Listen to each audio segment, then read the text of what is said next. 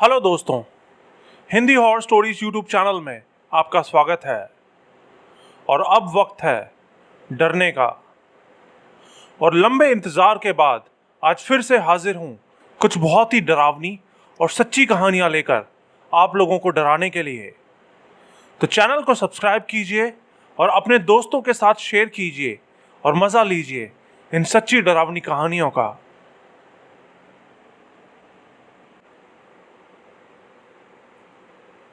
मेरा नाम शुभम गुरंग है। मैं झारखंड के धनबाद का रहने वाला हूँ। मैं भूत प्रेतों पर यकीन तो नहीं करता था, लेकिन एक घटना ने मुझे सच में हिला के रख दिया था। ये 8 साल पहले की बात है। मेरे अंकल आंटी और उनके 2 बच्चे धनबाद में ही एक किराए के मकान में रहा करते थे। मेरे अंकल काम की वजह से अक्सर बाहर ही रहते थे। सब कुछ अच्छा चल रहा था, लेकिन मैं जब भी अपनी आंटी के घर जाता तो मुझे वहाँ बहुत अजीब सा लगता था। लगता कि कोई इस घर में है जो मुझे वहाँ अपने होने का एहसास दिला रहा है। एक दिन मेरी आंटी अपने बच्चों को सुबह स्कूल के लिए तैयार कर रही थी। तभी उनकी नज़र उनके पूजा घर में पड़ी। उन्होंने देखा कि जिस घर में वो रोज़ पूजा करती थी, वहाँ रखी भगवान की सारी तस्वीरें नीचे गिरी हुई थी। वो देख के आंटी को अजीब तो लगा, लेकिन उन्होंने सोचा कि शायद किसी चूहे ने वो तस्वीरें गिरा दी होंगी। उन्होंने फिर से वो सारी तस्वीरें उठा के मंदिर में रख दी। लेकिन अगली सुबह आंटी ने देखा कि वो सारी तस्वीरें फिर से नीचे गिरी हुई थी। एक मूर्ति भी नीचे गिर के टूट चुकी थी, लेकिन वो मूर्ति बहुत भारी थी। कोई चूहा उसको नहीं गिरा सकता था। उस दिन के बाद से ये रोज होने लगा। हर सुबह मंदिर में रखी तस्वीरें नीचे गिरी मिलती। आंटी को भी अब डर लगने लगा था। आंटी के यहाँ एक काम वाली काम किया करती थी और वो आंटी के यहाँ ही रहती थी। तो एक रात आंटी अंकल और उनके बच्चे घर से बाहर घूमने के लिए गए हुए थे। रात में वो मेड घर पे अकेली थी। जब काफी रात हो गई तो आंटी अंकल ने घर फोन किया पूछने के लिए कि सब कुछ ठीक तो है, लेकिन उनकी मेड फोन उठा ही नहीं रही थी। तो वो सब लोग जल्दी जल्दी घर पहुंचे तो देखा कि वो मेड एक कोने में बैठी रो रही थी। वो बहुत ज्यादा डरी हुई थी। उसके मुंह से आवाज भी नहीं निकल पा रही थी। आंटी ने उससे पूछा क्या हुआ, लेकिन वो कुछ नहीं बोल रही थी। उसको तेज बुखार भी आ गया था। आंटी ने उसको दवाई दी और वो अपने कमरे में सोने चली गई। अगले दिन मेरे अंकल घर में कुछ काम कर रहे थे। तभी उनका डॉग, जिसको वो ब्लैकी बोलते थे, उनको उसके जोर जोर से भौंकने की आवाज़ सुनाई दी। अंकल जल्दी से बाहर गए तो देखा कि जिस कमरे में आंटी पूजा किया करती थी, ब्लैकी उसी कमरे की तरफ देखकर बहुत ही जोर जोर से भौंक रहा था। अंकल जल्दी से उस रूम के अंदर गए तो देखा कि भगवान की सारी तस्वीरें भी नीचे टूटी पड़ी थी। तभी उनको वहां किसी बच्चे के रोने की आवाज आने लगी।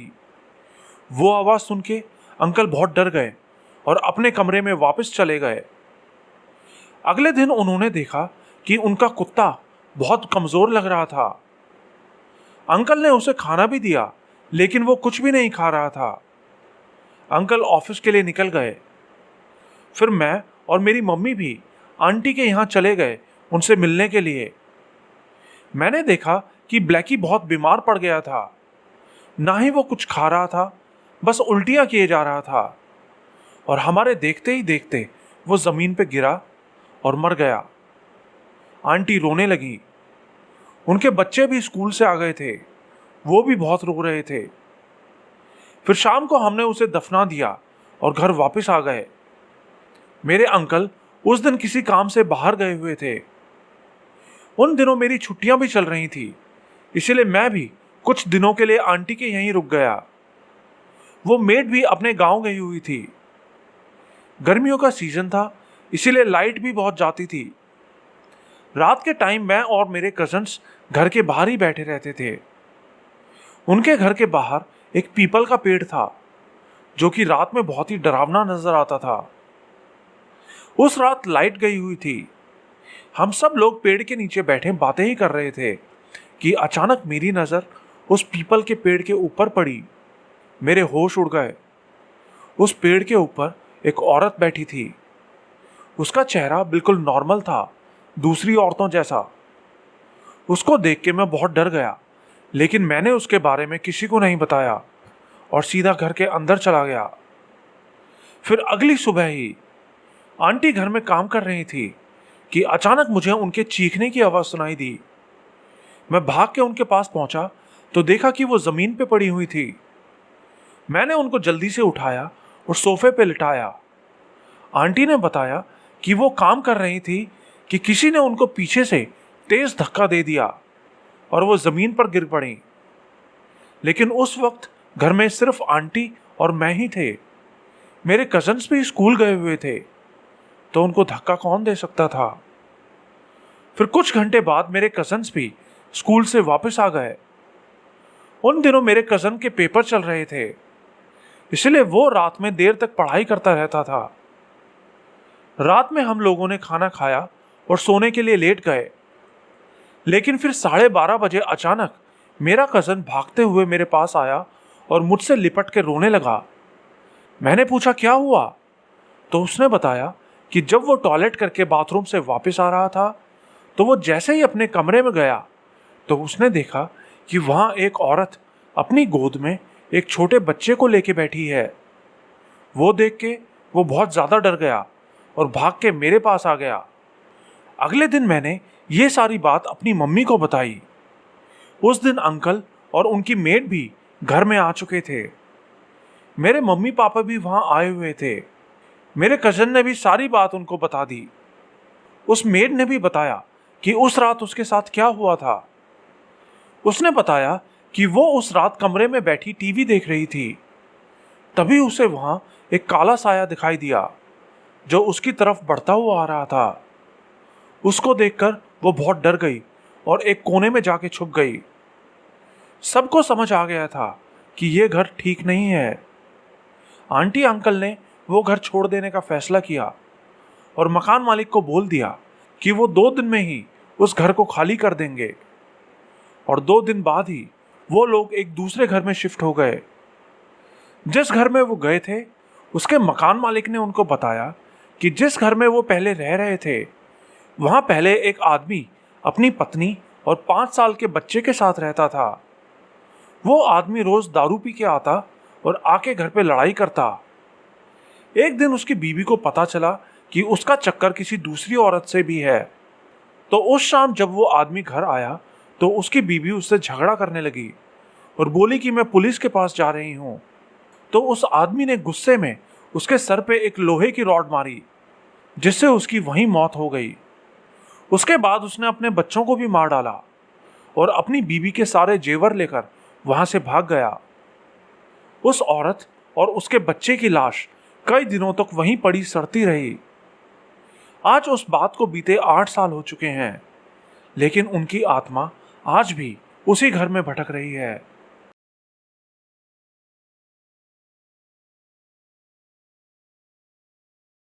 मेरा नाम स्वरूप है। मैं महाराष्ट्र के मुंबई का रहने वाला हूँ। मैं जो कहानी आपको बताने जा रहा हूँ, ये कुछ महीने पहले की है। हम लोग अपने गांव गए थे, लेकिन वहां जाते हुए हमारे साथ कुछ ऐसा हुआ जिसने हम सब लोगों को बहुत डरा दिया था। हम लोग शाम को 6:30 बजे निकले थे।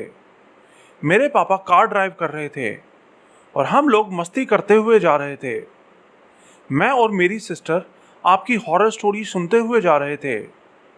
हमने रात 2 बजे तक आपकी स्टोरी सुनी और फिर हम दोनों कार में ही सो गए। मुझे अच्छे से याद है, सोते सोते रात 3:30 बजे अचानक मेरी आंख एक ट्रक के हॉर्न से खुल गई। उस वक्त तक मेरे पापा को भी नींद आने लगी थी।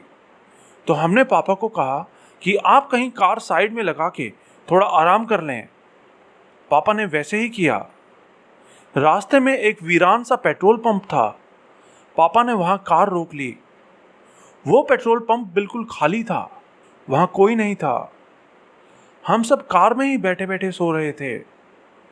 फिर ठीक सुबह 5 बजे मेरी आंख खुली। मुझे टॉयलेट जाना था, लेकिन उस जगह को देखकर मुझे बहुत डर लग रहा था। मैं हिम्मत करके कार से उतरा और टॉयलेट करके मैं जैसे ही वापस आ रहा था तो मुझे वहां कुछ दूर एक पागल सी औरत खड़ी दिखाई दी। वो औरत बहुत डरावनी थी और मुझे अपने पास बुला रही थी। मैं उसको देखकर बहुत डर गया और हनुमान चालीसा पढ़ने लगा, लेकिन हनुमान चालीसा पढ़ते ही वो औरत मुझे गालियां देने लगी। मैं हनुमान चालीसा पढ़ते हुए किसी तरह गाड़ी में वापस आया और सबको उठा के उस औरत के बारे में बताया। मेरी बात सुन के पापा ने कार स्टार्ट कर ली और वहां से जाने लगे, लेकिन हमारी कार वहां से हिल भी नहीं पा रही थी। पापा ने साइड मिरर में देखा तो देखा कि वो औरत पीछे से हमारी गाड़ी को पकड़ के खड़ी थी। मेरे पापा हनुमान के बहुत बड़े भक्त हैं। पापा जोर जोर से हनुमान चालीसा पढ़ने लगे और ऐसा करते ही वो औरत वहां से गायब हो गई। हम लोग उसी वक्त वहां से निकल पड़े और कुछ दूर जाके 7 बजे एक जगह पर नाश्ता करने के लिए रुक गए। वहां नाश्ता करते हुए हमने उस दुकान वाले को उस औरत के बारे में बताया तो उसने हमें उस पेट्रोल पंप की कहानी बताई। उसने बताया कि 15-20 साल पहले उस पेट्रोल पंप के मालिक का किसी दूसरी औरत के साथ चक्कर था। जब उसकी बीवी को ये बात पता चली तो उसने उसी पेट्रोल पंप पे आके खुद को आग लगा ली। उस दिन से वो औरत चुड़ैल बन के उसी पेट्रोल पंप पे रहती है।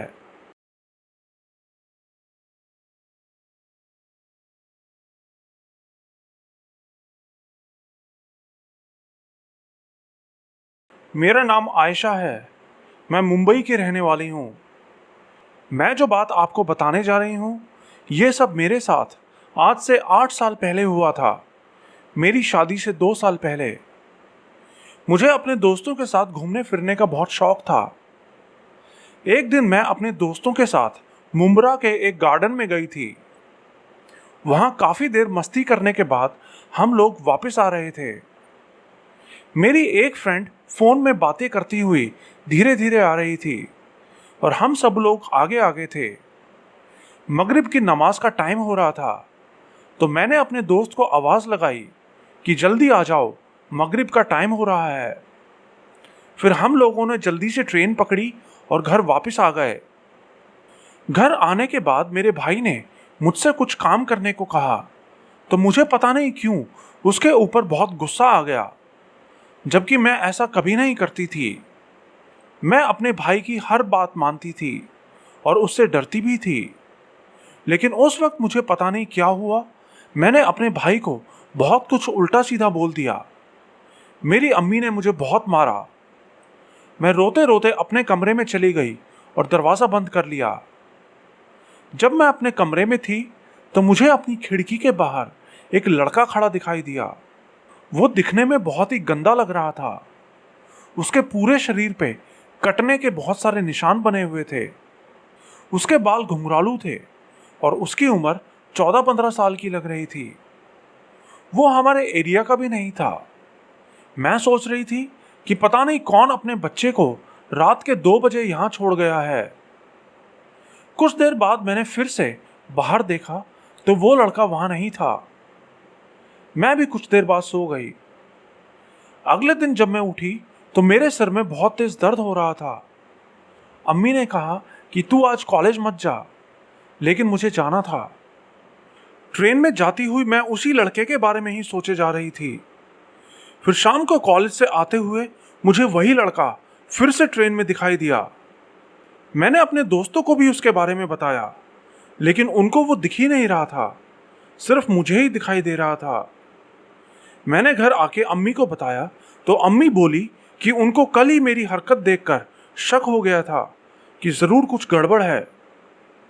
मैं बहुत ही सिंपल और नमाजी लड़की हूं, इसलिए हमने उस वक्त उस पर ज्यादा ध्यान नहीं दिया। लेकिन उसके बाद वो लड़का मुझे कई बार दिखाई देने लगा। जब भी वो मुझे दिखता हमेशा किसी गंदी जगह पर खड़ा दिखाई देता। मैंने अम्मी को फिर से उसके बारे में बताया कि वो लड़का हर जगह मेरा पीछा कर रहा है। मेरी तबीयत भी खराब होने लगी थी और मैंने नमाज भी पढ़ना छोड़ दिया था। बहुत चिड़चिड़ी हो गई थी। बात बात पे लड़ने लगी थी। फिर एक दिन मेरी अम्मी मुझे हमारे पीर साहब के पास लेकर गईं। जब मैं वहां गई तो उन्होंने मुझे देखते ही कहा कि तुम अंदर मत आओ, बाहर ही बैठो। मेरी अम्मी और खाला अंदर गई तो पीर साहब ने उनको बताया कि वो लड़का अभी भी उसके साथ ही है और वो बहुत ही नापाक और गलीज है, इसलिए मैंने उसको अंदर आने से मना कर दिया। फिर उन्होंने अम्मी को एक तावीज़ दिया। अम्मी ने घर आके वो तावीज़ मुझे पहना दिया, जिसके बाद वो लड़का मुझे दिखाई देना बंद हो गया। लेकिन कॉलेज में मेरे सब दोस्त मेरे तावीज़ का मजाक बनाते थे, इसलिए एक दिन मैंने वो तावीज़ उतार दिया। लेकिन उसको उतारने के 10-15 दिन बाद ही वो मुझे फिर से दिखाई देने लगा। लेकिन अब वो मुझे घर के अंदर भी दिखाई देने लगा था। मैं बहुत परेशान हो गई। हम लोग फिर से पीर बाबा के पास गए। उन्होंने पूछा तावीज़ कहाँ है। मैंने कहा मैंने वो फेंक दिया, क्योंकि मुझे वो दिखाई देना बंद हो गया था, इसलिए मुझे लगा अब सब ठीक हो गया है। उन्होंने मुझ पे बहुत गुस्सा किया और मुझे फिर से एक तावीज़ दिया और कहा कि अब जो कुछ भी हो जाए इसको मत उतारना। मैंने वैसा ही किया। अब वो लड़का मुझे दिखाई तो देता था, लेकिन वो मुझे दूर से ही देखता था, पास नहीं आता था। हम फिर से पीर बाबा के पास गए तो उन्होंने मुझसे पूछा कि तुमने इस लड़के को क्यों बुलाया था। मैंने कहा मैं तो इसे जानती ही नहीं, मैं इसे क्यों बुलाऊंगी। तो बाबा ने बताया कि उस लड़के ने उनको बताया कि मैं तो एक पटरी पे बैठा हुआ था, तो इस लड़की ने मगरिब के वक्त मुझे आवाज़ लगा के कहा कि आ जाओ वरना मैं चली जाऊंगी। तब से मैं इसके पास आ गया। अब मैं इसको अपने साथ लेके ही जाऊंगा। मुझे याद आया कि उस दिन मैंने अपनी फ्रेंड मिसबाह को आवाज़ दे के बुलाया था, जब वो पीछे पीछे फ़ोन पे बात करती हुई आ रही थी। उसने मुझे मारने की बहुत कोशिश की, लेकिन मेरे तावीज़ की वजह से मुझे नहीं मार पा रहा था। लेकिन फिर भी वो मेरे लिए कोई ना कोई परेशानी खड़ी करता रहता था। फिर कुछ टाइम बाद मेरी शादी हो गई, लेकिन वो शादी के बाद ससुराल में भी मुझे दिखाई देने लगा। मैंने अपने हस्बैंड को भी सारी बात बताई, लेकिन उन्होंने मेरी बातों पर ज़्यादा ध्यान नहीं दिया। एक दिन एक दूसरे बच्चे ने मुझसे कहा कि मेरे हस्बैंड ऊपर छत पर से कूदने गए हैं। मैं भाग के गई तो देखा कि छत पर कोई नहीं था, लेकिन तभी मुझे वहाँ वही लड़का खड़ा दिखाई दिया। वो धीरे धीरे मेरे पास आ रहा था और मैं भी धीरे धीरे पीछे होती जा रही थी। मैं बस छत से गिरने ही वाली थी कि तभी बिल्डिंग का वॉचमैन ऊपर आ गया लिफ्ट बंद करने। उसको लगा मैं सुसाइड करने जा रही हूँ। उसने उसी वक्त मुझे पकड़ लिया और मरने से बचा लिया। ऐसा और भी कई बार हुआ, लेकिन हर बार कोई ना कोई मुझे बचाने आ जाता था। फिर मेरे ससुर जी ने मुझे इस बारे में पूछा तो मैंने बताया कि मुझे एक बच्चे ने आके बताया था कि माहिर ऊपर सुसाइड करने गए हैं। मैं तो बस उन्हें ही देखने गई थी। फिर मेरी सास मुझे मुंबरा की एक दरगाह पर लेकर गई। उस दरगाह पर 2 सांपों का एक जोड़ा भी आता है। वहां बाबा ने उस लड़के को मुझसे दूर कर दिया। बाबा ने बताया कि वो एक छलावा था जो कि बहुत ही ताकतवर था, इसीलिए वो तावीज़ पहनने के बाद भी वो मुझे दिखाई देता था। बाबा ने उसको मुझ पर से उतार के एक मुर्गी पे डाल दिया और उस मुर्गी को ले जाके कब्रिस्तान में छोड़ दिया। तब से अब तक वो मुझे दिखाई तो नहीं दिया, लेकिन लोग कहते हैं कि उसने मुझ पर कुछ ऐसा कर दिया है जिससे मेरे बच्चे नहीं हो रहे हैं। मेरी शादी को आज 6 साल हो चुके हैं। 5 सालों तक उसने मुझे इतना परेशान किया कि मैं आज भी उसके बारे में सोच के कांप जाती हूँ।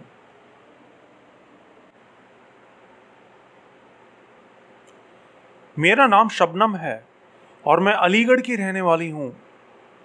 मैं जो कहानी आपको बता रही हूँ ये तब की है जब मैं 6 साल की थी। तब हमारे यहाँ एक फैमिली किराए पर रहने के लिए आई थी। उनके 3 लड़के थे। शुरू के 2-3 साल तो सब कुछ ठीक चलता रहा, लेकिन फिर अचानक उन लोगों की हंसती खेलती जिंदगी को किसी की नज़र लग गई। उस औरत का हस्बैंड किसी दूसरी लड़की से प्यार करने लगा। जब ये बात उस औरत को पता चली तो उनके घर में लड़ाइयाँ होने लगी। वो अपने पति को उस लड़की को छोड़ने के लिए बोलती तो वो कहता कि मैं तुझे छोड़ दूंगा, लेकिन उसे नहीं छोड़ूंगा। तो एक दिन गुस्से में आकर उस औरत ने अपने ऊपर मिट्टी का तेल डालकर अपने आप को आग लगा ली। जलते हुए उसकी चीखें जब आसपास के लोगों ने सुनी तो सब भाग के उसके पास पहुंचे। वो औरत चीखती हुई लोगों से उसकी जान बचाने को कह रही थी, लेकिन लोग चाह के भी कुछ नहीं कर सकते थे क्योंकि उसने दरवाजा अंदर से बंद किया हुआ था। किसी तरह लोगों ने मिलकर दरवाजा तोड़ा और उसको बाहर निकाला, लेकिन तब तक उसकी सिर्फ कुछ ही सांसें बची थी। सब लोग मिलकर जल्दी से उसको हॉस्पिटल लेकर गए, लेकिन हॉस्पिटल वालों ने उसको लेने से मना कर दिया। बोले ये तो पुलिस केस है। तो पुलिस को बुलाया गया। उसने पुलिस को बताया कि ये उसके पति की गलती नहीं है, उसने खुद अपने आप को आग लगाई है। जब उस लड़की के घर वालों को उसके बयान के बारे में पता चला तो उन्होंने बहुत गुस्सा किया और खुद उसको मार दिया। उसके बाद उन्होंने पुलिस वालों को पैसे देके उस लड़के को जेल करवा दी। फिर कुछ साल बाद जब वो अपनी सजा काट के वापस आया तो वो घर खाली करके अपने बच्चों को लेके चला गया। लेकिन उसके कुछ दिन बाद ही वो औरत मेरी बड़ी बहन को दिखाई देने लगी। वो अक्सर उनके पास आके बैठ जाती। कुछ दिन बाद वो मुझे और मेरी अम्मी को भी दिखाई देने लगी। एक दिन वो मेरी अम्मी से बोली कि ये कमरा मेरा है, यहाँ मैं रहती हूँ, इनको यहाँ से निकाल दो, नहीं तो मैं इनको परेशान करती रहूँगी।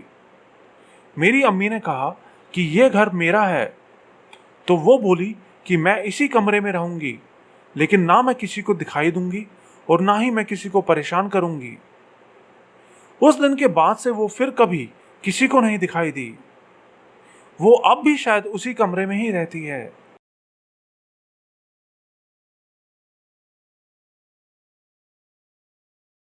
मेरा नाम अनिकेत है और ये जो कहानी मैं आपको बताने जा रहा हूँ, ये सब मेरे नाना नानी के साथ हुआ था।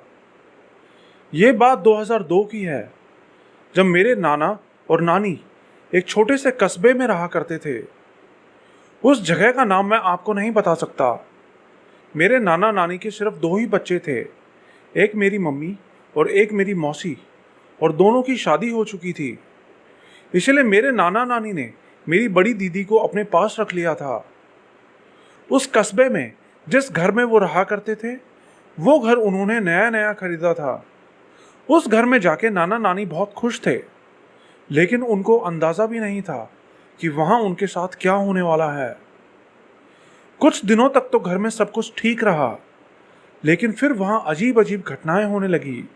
जैसे कि घर में रखा दूध अपने आप खत्म हो जाता, जैसे कि किसी ने उसको पी लिया हो। दरवाजे पे किसी के रोने की आवाज़ आती, और भी बहुत कुछ उस घर में होने लगा था। साथ में मैं बता दूं कि जब मेरे नाना जवान थे तब वो एक पहलवान भी थे और वो झाड़ फूंक भी क्या करते थे। उस जगह वो एक फैक्ट्री में काम करते थे, इसलिए बीच बीच में उनकी नाइट शिफ्ट भी लगती रहती थी। एक दिन पड़ोस में रहने वाली एक आंटी अपनी बहू को लेकर नाना जी के पास आई और बोली कि भाई साहब, आप तो झाड़ फूंक वगैरह जानते हैं, तो हमारी बहू को भी ठीक कर दो। उन्होंने बताया कि हमारा एक लड़का था जो कि एक एक्सीडेंट में मर गया था, लेकिन वो मरने के बाद हमें बहुत परेशान करता है। मेरी बहू जब भी प्रेग्नेंट होती है तो वो उसका बच्चा पैदा होने से पहले ही मार देता है। उन्होंने बताया कि वो लोग पहले भी कई बाबाओं और ओझाओं के पास जा चुके हैं, लेकिन उनके लड़के की आत्मा ने उन सब बाबाओं को मार दिया। क्योंकि वो जवानी में मरा था, इसलिए वो बहुत ही ताकतवर शैतान बन चुका था। लेकिन मेरे नाना को ये बात पता नहीं थी, इसलिए उन्होंने उस आंटी को मदद करने के लिए हाँ बोल दिया और उनके घर के चारों तरफ कीलें ठोक दी और उनको एक धागा दिया पहनने को। बोला कि इस धागे को कभी मत उतारना। कुछ दिन बाद उनकी बहू तो ठीक हो गई और उनके लड़के के भूत ने उसको परेशान करना भी बंद कर दिया। लेकिन मेरे नाना जी अचानक से बीमार हो गए और एक दिन हार्ट अटैक से उनकी मौत हो गई। किसी को समझ नहीं आया कि अचानक से ये सब कैसे हो गया, क्योंकि एक दिन पहले तक नाना बिल्कुल ठीक थे। घर में अब नानी और दीदी अकेली रह गई थी, इसलिए मैं और मेरे मम्मी पापा भी कुछ दिनों के लिए उनके यहाँ रहने चले गए। नाना की मौत के बाद उस घर में रात भर किसी के हंसने तो कभी किसी के रोने की आवाज आती। हम सब लोग बहुत डर गए थे, इसीलिए रात में भी हम सब लोग एक ही कमरे में सोते थे, दरवाजा बंद करके। एक दिन मेरे पापा वहां किसी पड़ोसी से बात कर रहे थे, तो उन्होंने बताया कि भाई साहब, हमें तो पहले से पता था कि आपके ससुर जी का बच पाना मुश्किल है, क्योंकि जो कोई भी उस भूत से लड़ता है वो आखिर में हार ही जाता है, क्योंकि वो बहुत ही ताकतवर शैतान है। और सबसे बड़ी बात यह है कि आप जिस घर में रहते हैं वहां पहले एक खाली प्लॉट था, और जब वो लड़का मरा था तो उसकी डेड बॉडी को उसी खाली प्लॉट में लाके रखा गया था, इसलिए उसकी आत्मा ने उसी जगह अपना डेरा जमा लिया है। पहले वो इनका इसलिए कुछ नहीं कर सका क्योंकि आपके ससुर खुद काली माता की पूजा करते थे, लेकिन जब उन्होंने उस पड़ोस वाले घर को कीलों से बांधा तो उसको बहुत गुस्सा आ गया और उसने आपके ससुर जी को मार दिया। लेकिन वो अब आपको भी नहीं छोड़ेगा, इसलिए आप लोग यहाँ से कहीं दूर चले जाओ। पापा ने उनकी बात मान ली और अगले ही दिन वो घर बेचने के लिए एक कस्टमर को ढूंढ लिया। हमने वो घर खाली कर दिया और हम दिल्ली में सेटल हो गए। बहुत सालों बाद अब जब मैं वहां गया तो पता चला कि वो शैतान अब वहां नहीं है, शायद उसको मुक्ति मिल चुकी है। अब मैं 20 साल का हूं और आज भी वो सब याद करता हूं तो डर जाता हूं।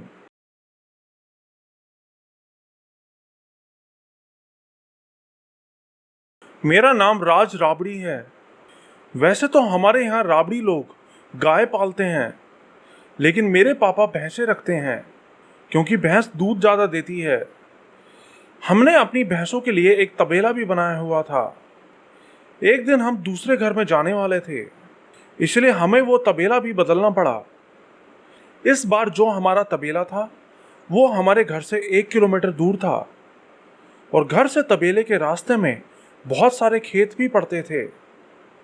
उनमें से एक खेत का मालिक अपने खेत में फसल उगा के उसे बिना काटे खेत बेच के शहर चला गया था, इसलिए अब वो खेत बच्चों के खेलने की जगह बन गया था। सुबह सुबह सब बच्चे वहां खेलने जाते थे, लेकिन रात में और दोपहर में कोई उस खेत में जाना तो दूर उसके पास से भी नहीं निकलता था, क्योंकि लोग बताते थे कि उस खेत में एक भूत का वास है। एक रात मेरे पापा ने मेरे बड़े भाई से तबेले में जाके भैंसों को देख के आने को कहा, क्योंकि तब हमारी एक भैंस के बछड़ा होने वाला था। मेरा भाई बहुत नीडर है, तो पापा के कहने पर वो बिना डरे अपनी बाइक लेकर तबेले पर जाने के लिए निकल पड़ा। वो खेत वाले रास्ते से ही तबेले के लिए गया था। थोड़ी देर बाद पापा ने मुझसे कहा कि तेरा भाई खाना खाए बगैर गया है, जाके उसको खाना दे आ। तो मैंने अपनी बाइक निकाली और उसको खाना देने निकल पड़ा। मैंने उस खेत वाले रास्ते से ना जाकर दूसरे रास्ते से जाने का फैसला किया। तो दूसरे रास्ते से होता हुआ जब मैं अपने खेत पहुंचा तो देखा कि मेरे भाई की बाइक वहां नहीं थी। मैंने अंदर जाके देखा तो मेरा भाई वहां भी नहीं था। मैंने तबेले के साथ वाले घर के एक लड़के से पूछा तो उसने बताया कि तेरा भाई तो यहाँ आया ही नहीं। तो मैंने जल्दी से उस लड़के का फ़ोन लिया और पापा को फ़ोन करके बताया। तो पापा ने कहा कि तू घर आ जा, वो शायद अपने दोस्त के घर सोने गया होगा। फिर मेरे पापा ने भाई के दोस्त के घर फ़ोन करके पूछा तो पता चला कि वो वहाँ भी नहीं था। मेरे पापा घबरा गए। हम सब लोग घर में बैठे बातें ही कर रहे थे कि तभी मेरा भाई दरवाज़ा खोल के अंदर आया और रोने लगा। हमने उससे पूछा क्या हुआ, तो वो बोला कि जब वो बाइक लेकर खेत वाले रास्ते से जा रहा था तो उसको टॉयलेट लगी। वो टॉयलेट करने के लिए बाइक से नीचे उतरा तो किसी ने उसको पीछे से आवाज़ दी, मुझे भी तुम्हारे साथ जाना है। भाई ने पूछा कौन है, तो आवाज़ आई, इधर आओ। जब भाई उस आवाज़ के पास गया तो उसने भाई पर हमला कर दिया। भाई गिर गया, उसके पैर में भी चोट लग गई। वो तेजी से भागता हुआ आया और बाइक स्टार्ट करने लगा, लेकिन बाइक स्टार्ट होते ही थोड़ी दूर जाके रुक गई। भाई ने पीछे मुड़ के देखा तो देखा कि एक लड़की पीछे खड़ी थी और तभी वो भाग के उसके पास आने लगी। उसको अपने पास आता देख भाई बाइक छोड़ के वहां से भागने लगा, लेकिन पैर में चोट लगी होने की वजह से वो भाग नहीं पा रहा था। वो लड़की बिल्कुल भाई के पास पहुंच गई और बोली, अब तू कैसे बचेगा। लेकिन तभी उस लड़की ने एक चीख मारी और वहां से गायब हो गई। उसके बाद भाई किसी तरह भगवान का नाम लेते हुए बाहर रोड तक आ गया और वहां से ऑटो लेकर घर पहुंच गया। भाई की बात सुन के दादाजी ने बताया कि वो हमारी कुलदेवी हैं जिन्होंने उसकी जान बचा ली। उस दिन के बाद से हम में से कोई भी उस खेत वाले रास्ते से नहीं गया।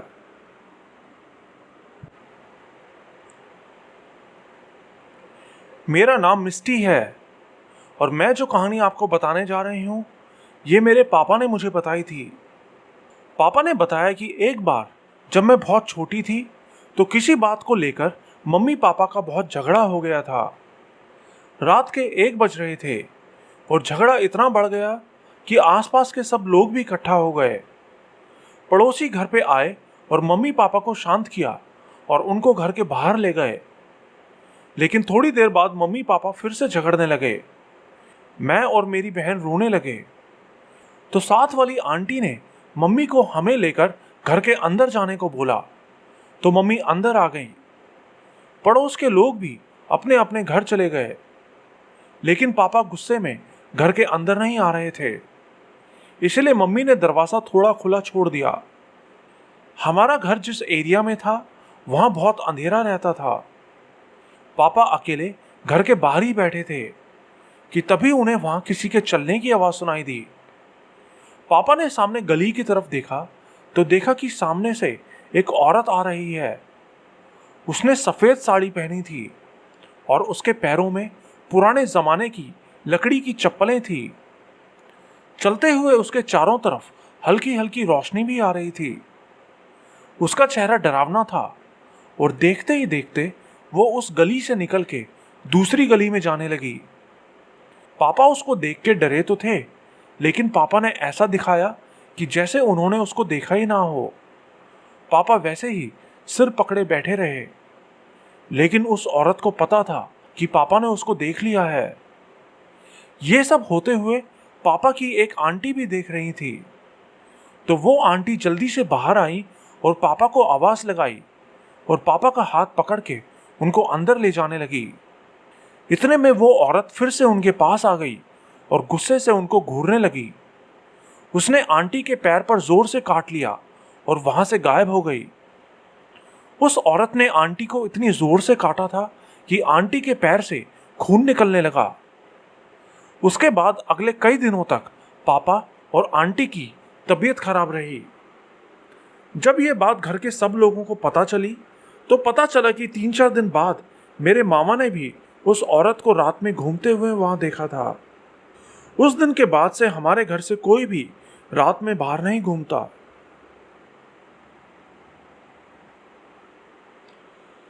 ये दूसरी कहानी जो मैं बता रही हूं ये ऐसी है कि जब मैं 7th क्लास में थी तो मेरी छुट्टियां चल रही थी। छुट्टियों में मेरे सब दोस्त अपने गांव जाते थे, लेकिन हम नहीं जाते थे क्योंकि काम की वजह से मम्मी पापा को टाइम ही नहीं मिलता था। तो एक बार मेरी मौसी हमारे घर आई हुई थी। उन्होंने बताया कि वो अब गांव जाएंगी, तो मैं भी जिद करने लगी कि मुझे भी गांव जाना है। तो मम्मी मुझे मौसी के साथ गांव भेजने को मान गई। हमारा गांव रत्नागिरी में था। मुझे आज भी वो दिन अच्छे से याद है। मेरी मौसी का जो घर था उसमें आगे भी एक दरवाज़ा था और पीछे भी। पीछे की तरफ एक खाली घर था जो कि बंद रहता था और घर के सामने एक बहुत बड़ा पेड़ था। मुझे वो पेड़ बहुत अट्रैक्ट करता था। मैं हर समय उस पेड़ के पास ही बैठी खेलती रहती। सब सोचते कि मैं क्यों उस पेड़ के पास इतना जाती हूँ, लेकिन किसी ने भी ज़्यादा ध्यान नहीं दिया। लेकिन फिर मुझे बहुत अजीब लगने लगा। रात में सपने में अजीब अजीब चेहरे दिखाई देने लगे। वो गर्मियों के दिन थे, इसीलिए घर के कुछ लोग बाहर सोते और कुछ लोग अंदर। इसीलिए घर के कुछ लोग बाहर सोते और कुछ लोग अंदर। मेरी मौसी भी घर के बाहर सोई हुई थी। मुझे नहीं पता उस वक्त क्या टाइम हुआ था, लेकिन घर के सब लोग सो चुके थे। मैं भी खाना खा के सो गई थी, लेकिन सोते सोते किसी आवाज से मेरी आंख खुल गई। आंख खुली तो मैंने देखा कि आसपास के कुत्ते भौंक रहे हैं। कुत्ते इतनी जोर जोर से भौंक रहे थे कि सबकी आंख खुल गई। फिर हमने कुत्तों को भगा दिया। मुझे ये सब नॉर्मल लगा। मैं फिर से अपना मुंह ढक के सो गई, लेकिन 2-3 मिनट बाद ही किसी ने मेरे मुंह से चद्दर खींच ली। मैं डर गई और अपनी आंखें बंद करे रही। कुछ देर बाद मैंने आंख खोली तो देखा कि वहां तो कोई भी नहीं था। सब लोग अंदर जा चुके थे। मैं बहुत डर गई कि इतने अंधेरे में सब लोग मुझे अकेला छोड़ के अंदर कैसे जा सकते हैं। मैं उठी और अंदर जाके मौसी के साथ सो गई। अगले दिन मैं अपने चाचा की बेटी, जो कि मुझसे 1 साल बड़ी थी, उसके साथ खेल रही थी और खेलते खेलते हम दोनों दरवाजे पर ही सो गए।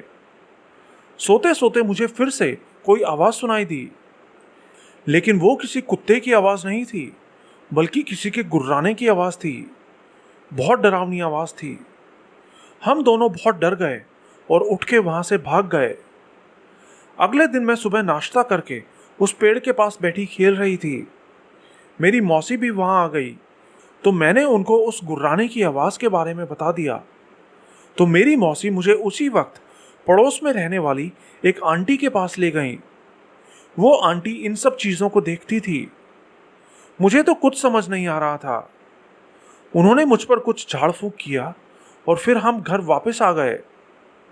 तब तो मुझे कुछ नहीं पता था, लेकिन बाद में मैंने अपनी मौसी से पूछा तो उन्होंने बताया कि उन आंटी ने बताया था कि उस पेड़ पर एक औरत की आत्मा रहती है। वो औरत जब प्रेग्नेंट थी तो उसने उस पेड़ पर फांसी खा ली थी। इसीलिए उसको बच्चे बहुत पसंद हैं और इसी वजह से वो मुझे अपने पास खींचती थी। उस दिन के बाद से मौसी कभी मुझे उस पेड़ के पास नहीं जाने देती थी।